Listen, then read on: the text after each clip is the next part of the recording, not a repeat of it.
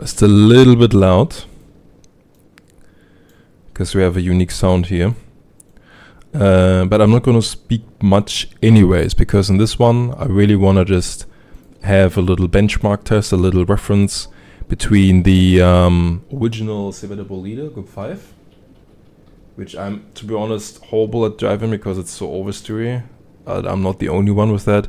It's going to be interesting because this thing is around 50 horsepower over our own BOP. So it's going to be, should be faster, but because it's so oversteery, it doesn't really like to have grip in certain situations, and I'm gonna have to brake earlier and cleaner and whatnot. It might be still a good contender. So I'm aiming for a sub 7 minute run, and in this video I want to test the Civetta Bolide against the Aero guest car that was already dominating the qualifier. I mean, everyone who had Aero, the 2 people who drove it as a guest car, didn't even test it before, got position 1 and 2. So literally everyone who had an Aero won, and they were also the best cars, which really surprised me, because for me the car was similar to the Bolide, a little bit, not as bad as the Bolide, but still a little bit snappy in certain sections. So yeah, I'm gonna have to see how this turns out. Alright, let me just get seated here properly. Oops.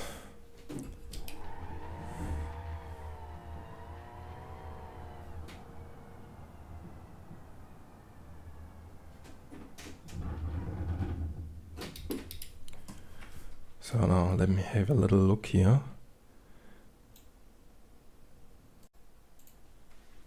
So the recording just fried itself, which I guess it's okay, because I crashed too many times anyways. But man, this thing is a piece of shit to drive. It's really annoying. Alright, so I'm gonna restart it now. And alright, let's go. Yeah, I mean, look at this. Wait, what the fuck happened now? Ah, amazing. Very nice, very nice. Repair.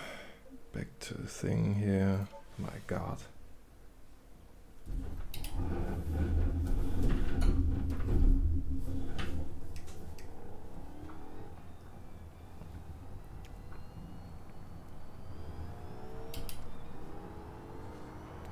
So I'm probably not going to talk too much, because this is way too demanding to drive.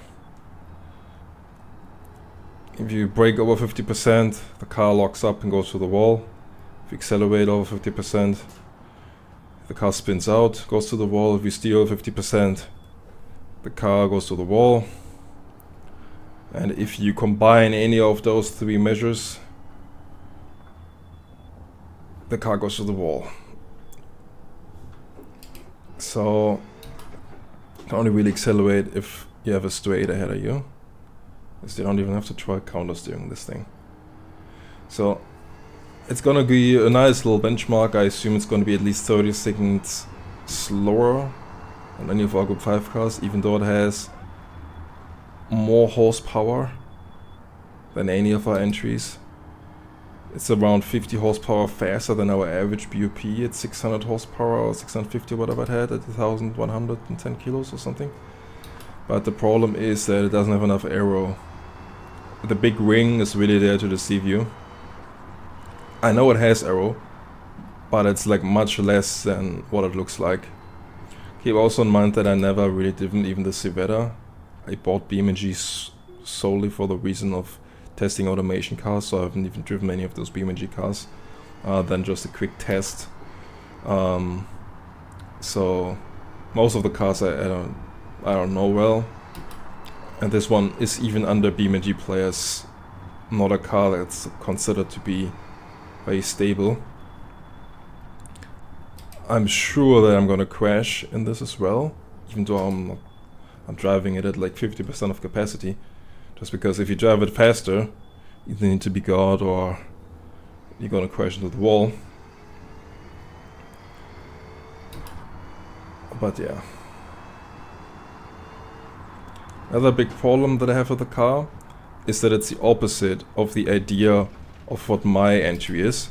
Because my entry basically is all-wheel drive, the engine is in the front, and you basically want to steer that car by using the brakes. If I'm steering and braking or accelerating and steering with this car, it just goes to the wall and everything locks up. My car steers better and drives better when you use the brake and the gas at the same time in the right dosage under steering. So since it's all-wheel drive, the cornering works better when you actually accelerate, so the front wheels actually gain traction and move better, and you're faster by doing that, especially because it's a turbo. So you just keep the turbo up, you just shift down and almost fully accelerate, at least 50%, but you can usually go 100% throttle in corners, and if you're too fast you can just use the brakes. So you're using the brakes, which also give you a little bit of tail braking, not tail braking, sorry, it gives you a little bit of English, well, not my first language though. What's the word for this in English? Basically the word that I mean is the one where you brake and the tail moves a bit. And yeah, it is tail braking. I was just confused with tailgating. It's tail braking actually. So you use a little bit of tail braking. You can use the brake also to just be slower, and use the gas at the same time, throttle. So you use throttle and brake, and while you do all this while you're cornering, you're super fast by doing that. Now with this car, obviously I can't do that. I already crashed by just talking, because it takes so much concentration to keep this on the road. But yeah, we just give me like 10 plus seconds for each crash that I have, and then we should get roughly the time of what a pro would have with this car, I guess, or someone that's more better than me or more concentrated. But yeah.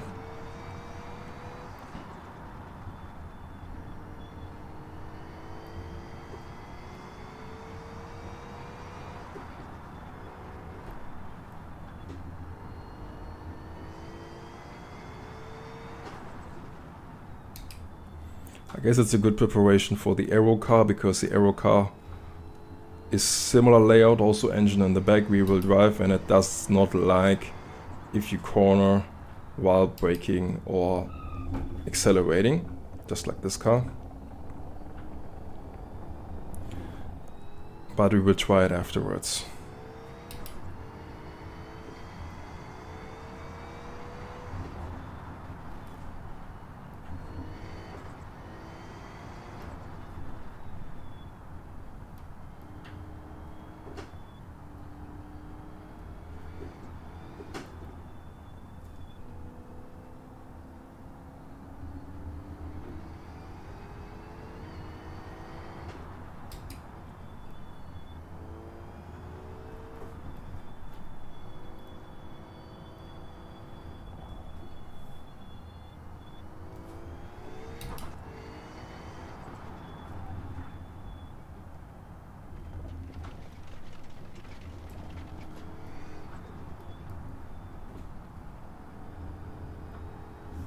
I'm just rolling the car, and still I'm going to have to use all of the track.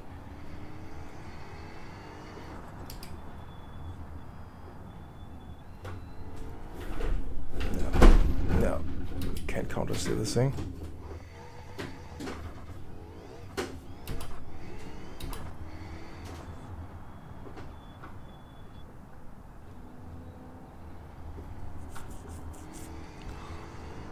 Everyone who watches this must think, oh, this guy drives like a grandpa. You see how I drive when I'm actually in my car that I know how to drive.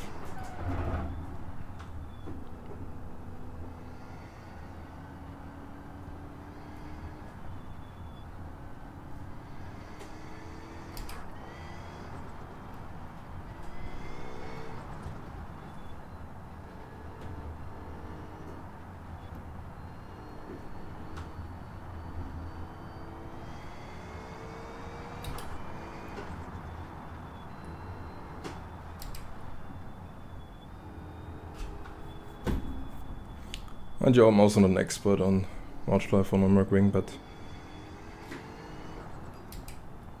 I'm good enough to win sometimes in the championship, so can't be that bad, I guess. Bad enough to be able to drive this thing. So already at the third crash or spin out. So give me like 30 seconds for that, I guess.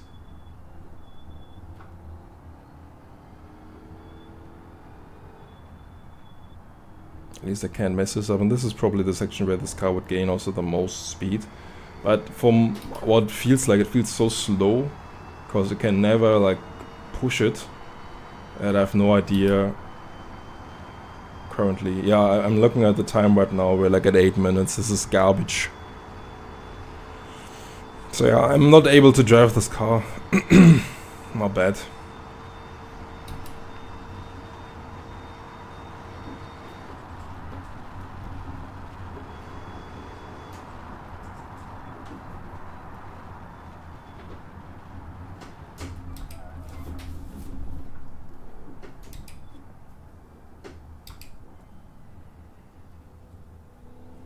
So I'm looking at my clock, it says 8 minutes 30.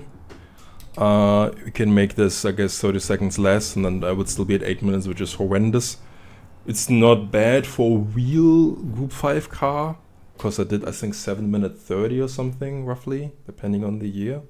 So I would only be 30 seconds off, which for Nürburgring, someone who doesn't know the track well, doesn't know the car for the first time driving the car, more or less, I drove it like 1 or 2 times before, is not the worst in the world.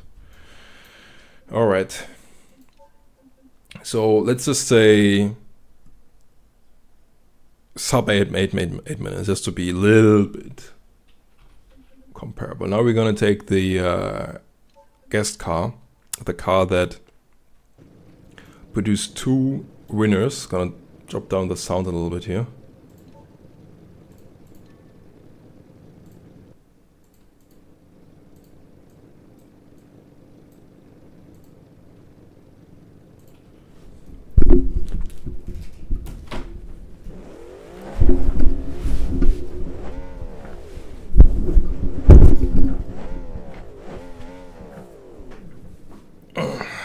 Okay. Alright, so this car, originally I wanted to drive it myself, but I decided while it drives as good as it can get now, it's still too snappy for me, because sometimes in the Nürburgring, if you don't drive it like the Bolide, you will snap. Some people said it's to overstay, but the reason why that is, unless you have some magical system where you don't have the grip problems and you just have perfect grip all the time, I don't know what you're doing, is that this car was too oversteery, so oversteery all the time. So that's why I decreased the front tire size, and it has 1,500 kilo downforce on the back, 400 kilo downforce on the front. Why? Because otherwise it's so oversteer. And obviously, if you have that much rear downforce and smaller front tires, then obviously the car will be a little bit understeering. But this is already the 30th or 40th version of the car, so obviously this was tested. I know it's understeering. This is not a mistake. This is because this was the max that I could do, not drive it oversteer, because there's so much weight in the back. The car just loves to snap. Now, it didn't matter for some people because they were just still dominating with it, and the 2 people who had it won. But I will try it right now and see what kind of time we can get here.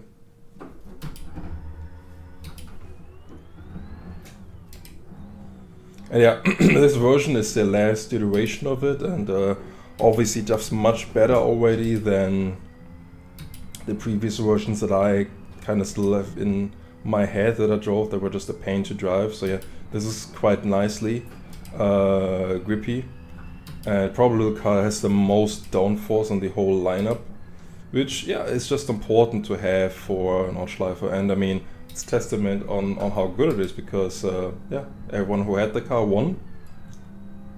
Position 1 and 2 had it. I also put unique engine sounds in it. It features the original V8 sound from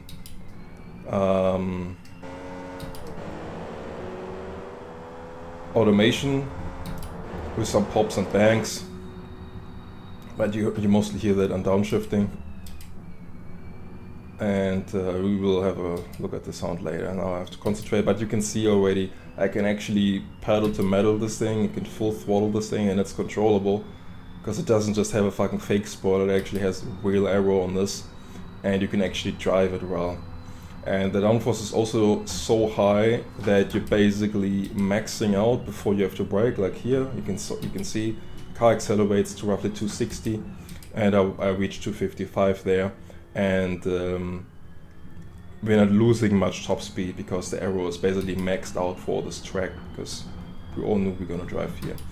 But on the other straight, in the end of the track, I always forgot the name. Obviously, you lose like maybe 20-30 kilometers per hour that you could still have if someone else has a car that is less downforce, get a little more speed. But for me personally, I prefer having in a 24-hour race a stable car that's controllable. And actually it drives much better than I had it in my memory, which is probably because, like I said, I had 40 versions almost of this car, and the earlier version of this was so oversteery, so undrivable. This drives like a dream compared to it, and especially now coming from the fucking Bolide. Man, this is a dream. This is lovely to drive. Having such a good time. It can still be snappy, and we saw that. There was one of the guys who, when he was first trying it out, snapped a little bit with it, but he recovered and came second place anyways. So yeah, lovely car, naturally aspirated, which is a big deal. You don't have to think about turbo nonsense and keeping boost and all that crap, which for a car that oversteers is never good. So you saw we had a little power slide there. You can still control it, unlike the Bolide, where whenever it goes to like sliding, you just lose. So it's quite good. I think naturally aspirated always beats turbo if you can have the same horsepower out of your V8 block or V12 or V6 block or whatever you have. Do it naturally, because the car is probably going to be lighter without the turbo, and you would need at least 2 turbos to have a very nice like torque and horsepower diameter line and curve. But yeah, it's not always possible to get that much horsepower out of your campaign car, unless you Widowmaker Industries and your big stupid ass big ass engines. But look at this, I can just take these things here without having to worry about anything. While the Civetta was on a straight and I couldn't even pedal to metal, like I wasn't even full throttle most of the time. So this is just amazing. Such a treat to drive afterwards, the Bolide, and I'm still, I think, a little bit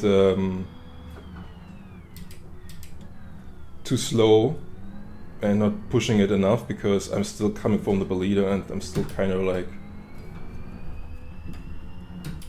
being more careful than I probably could be, because I also haven't driven this car in a while now. It's been a couple weeks.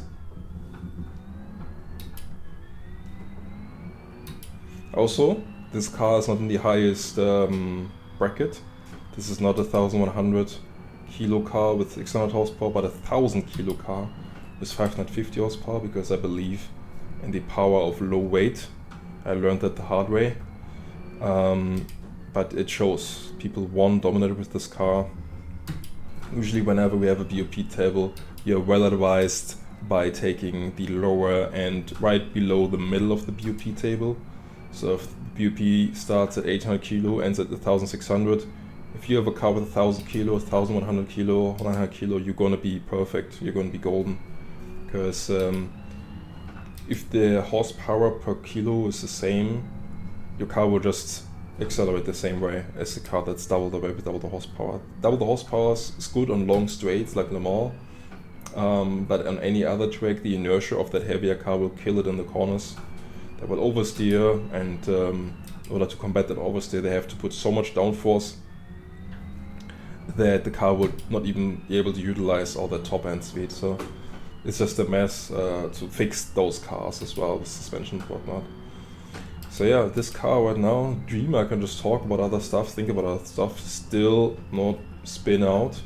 And that really shows you, I'm the same driver, right? And if you, I don't know how many of the files I'm going to use from the first one with the bolide, because I was basically spinning out like 10 times within the first 5 minutes. I'm not sure how many clips I'm going to use of that, but if you would have seen all of this, you would have thought, hey, this guy doesn't even know how to drive. What the fuck is this guy doing, right?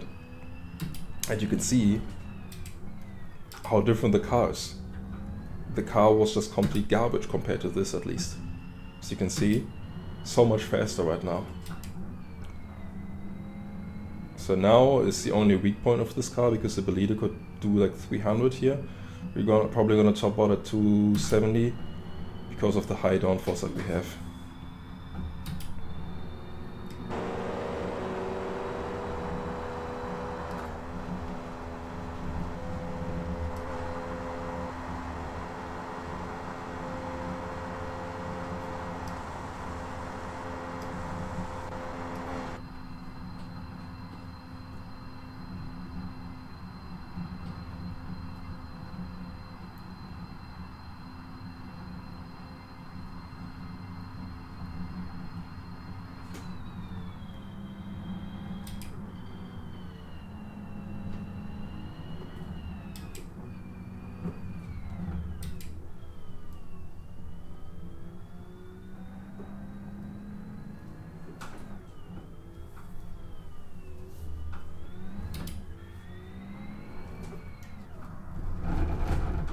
So yeah, my watch said 7 minute 45. The other guys were able to drive this thing within 7 minutes flat, I think. But just to like show, if I'm driving this faster, braking later, this will also oversteer. It's not that straightforward. Let me just try to drive this a little bit faster here. I'm gonna drive the full track, but yeah, okay, I could have driven this faster than I just did. I was still too scared from the bolide, who was just oversteering on any throttle or brake input understeering. But this thing you can kind of save still. Yeah, okay, I could easily, okay, it's possible to dominate in this car. I just wanted to kind of make sure, because some people raise questions saying like, okay, you don't even drive this car, and it's like your car that you're not using, how are they so fast on it? But it's okay. So now let's go into the car that I'm gonna drive. And this is also important to understand. We are 2% higher horsepower and weight than the limit, but since it's both going in the same direction, 2%, it's okay, 2% leeway always. I think less than 1%, not even 1%, 0.2% higher than the BOP anyway, so it's fine, if even. And this is useful for people who are going to be in our team, going to be in my team. Okay, let me just reset it to the start. And it doesn't set me back to start. Okay, that's fine. Where's the map? Set me here, I guess.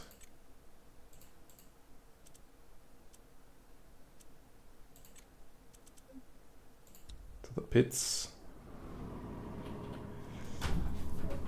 And now with this thing, this is just a dream to drive compared to these other ones, because like I said, all-wheel drive. Also important little takeaway, you have fully working gauges here. You have on the left fuel, oil, water. You have oil, water, fuel here. This will never be important, these things, unless you crash. As you can see, if I'm accelerating now, the oil temperature will go up. So will the water, so these things work. the fuel will go down. This is important because unlike the other cars, you will not crash this car. So the fuel can be important. So basically, the less fuel you have, the more aggressive you can drive, because if you crash, then you get a free fuel tank, basically, right? Now, for the rest of the cockpit, what's important for you to know is this car, as you can see here, if the line is above yellow, you will have over 600 horsepower. If it's in the red, you're getting below 600 horsepower. So I made sure this engine is a V12 with 4 turbos, and I made sure that you have a perfect horsepower curve. And once it reaches around 6,400 RPM, you add 600 horsepower. And now you will be at 600 horsepower, 602, 604, 608, 610, 612. And now it will fall to 606, 600. And now you're like at 598 horsepower. And if you go high, it will go down to like 585. So it's still perfect. But if you want to have the maximum horsepower all time, you do not rev it until the limiter and then shift. What you will do is you will shift it once the red comes, then you shift, and then you will be in the yellow again. And then you will be perfect at 600 horsepower, and then we'll go up to 606, 612, 606, 600, and then shift, and then you're perfectly back at 600 again. So you constantly have 600 horsepower available for you. So that's the idea there, especially in night drive, when it's night in the night race and you cannot see very well. You can look at the colors there and have a good time. Now that's for shifting. But what's even more important, when you drive in this car, like I said earlier, you will always be able to just take the corner without braking on a straight. You can brake within the corner, or like at least a little bit before. The brakes are stock almost, so they're very tiny. They will never lock up, so you can abuse them to the very end. Yes, they will fade, but that's okay. The car will just become even softer for you to drive. It will even be better. You can just brake more and more and more, and it's going to be okay. You will see it in this lap. They will reach 1,000 degrees within the first minute, but it's totally fine. And just take a sip of water here.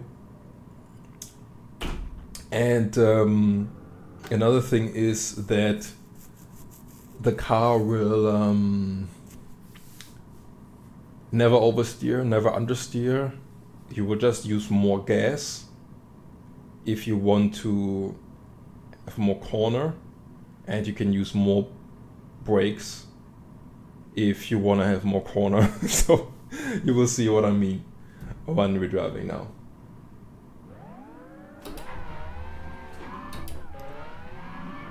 So now I can just brake, and now I'll release the brake. You saw that right there. And I never left the throttle.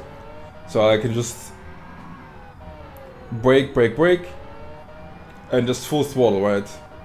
So you see how this works. It's just magic. So now if it's a very tough corner, I drive it a bit more normal. I go actually off the throttle and brake a little bit. You will get a feeling for this after a while. But if it's a tiny corner, you could just stay on the gas depending on how fast you are, and you will have perfect control. If you're too fast, you want to let off the throttle before, but getting out of the corner, you want to use the gas again. And sometimes if you're slow, even throughout the whole corner, at least a little bit of gas, because it helps with the cornering if you're not too fast.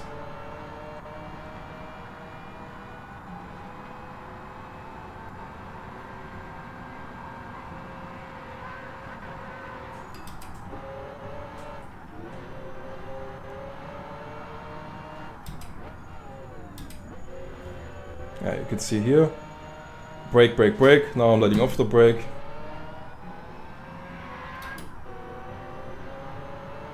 Just full throttle through here, no problem.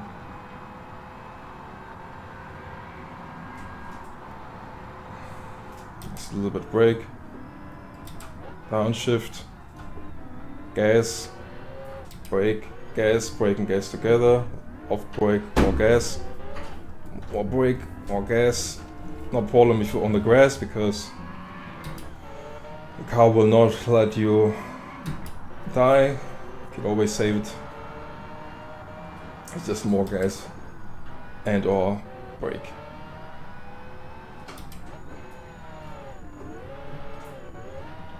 You will have to get used to the brake fade sound, because the FIA did not allow to increase your brake size in the race version.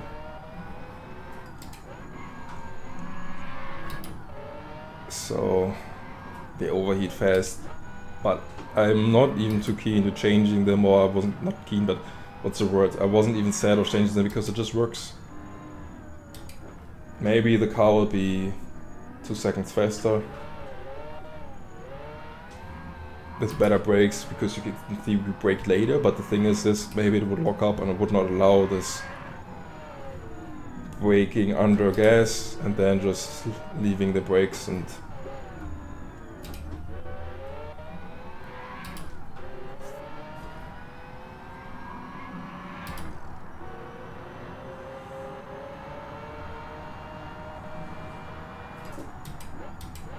so you saw there was one of the few cases where I just braked without using gas at all, and actually it was braking a little bit earlier because it was a hairpin.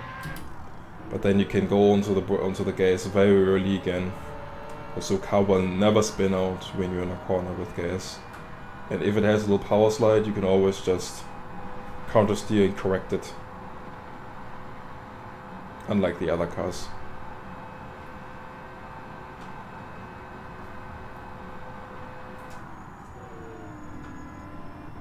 Reason why it's also always good to stay on the gas a little bit is because you keep the turbo up. So that's always good too.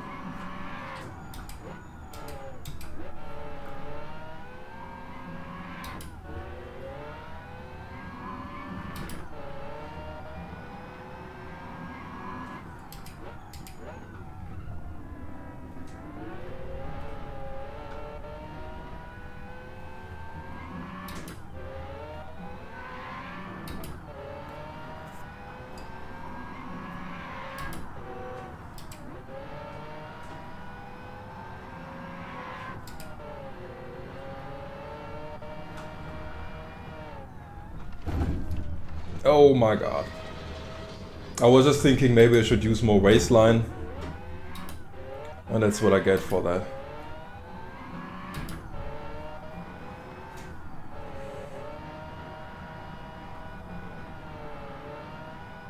So don't think about what you should do when driving this car. And you could utilize more track and all this bullshit, just drive how you feel. And this will not happen to you. I don't know what that was there. I'm gonna keep it in though.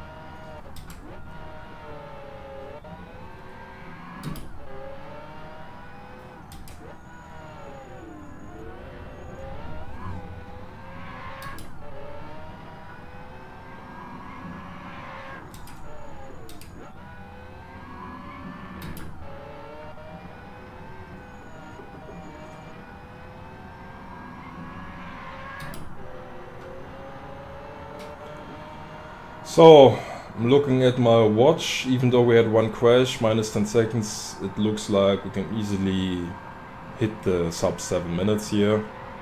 I think the winner of the Group 5, the Zach Speed, had 7 minutes 10 seconds or something like that. I don't know if it was 100% the same layout, but it was pretty close because the GP track wasn't even built until like the 80s, late 80s or something like that. Or maybe even early 90s, I don't know, but definitely like 10 years after the Group 5 race already stopped. So it must have been something similar to what we're driving here. That means this car is extremely competitive and would beat even the fastest Group 5 cars above 20 to 10 seconds. Okay. And stop. So I was at 7 minutes 9 seconds. Not the perfect driver, but without the crash, that's exactly 1 second below the 7 minute mark.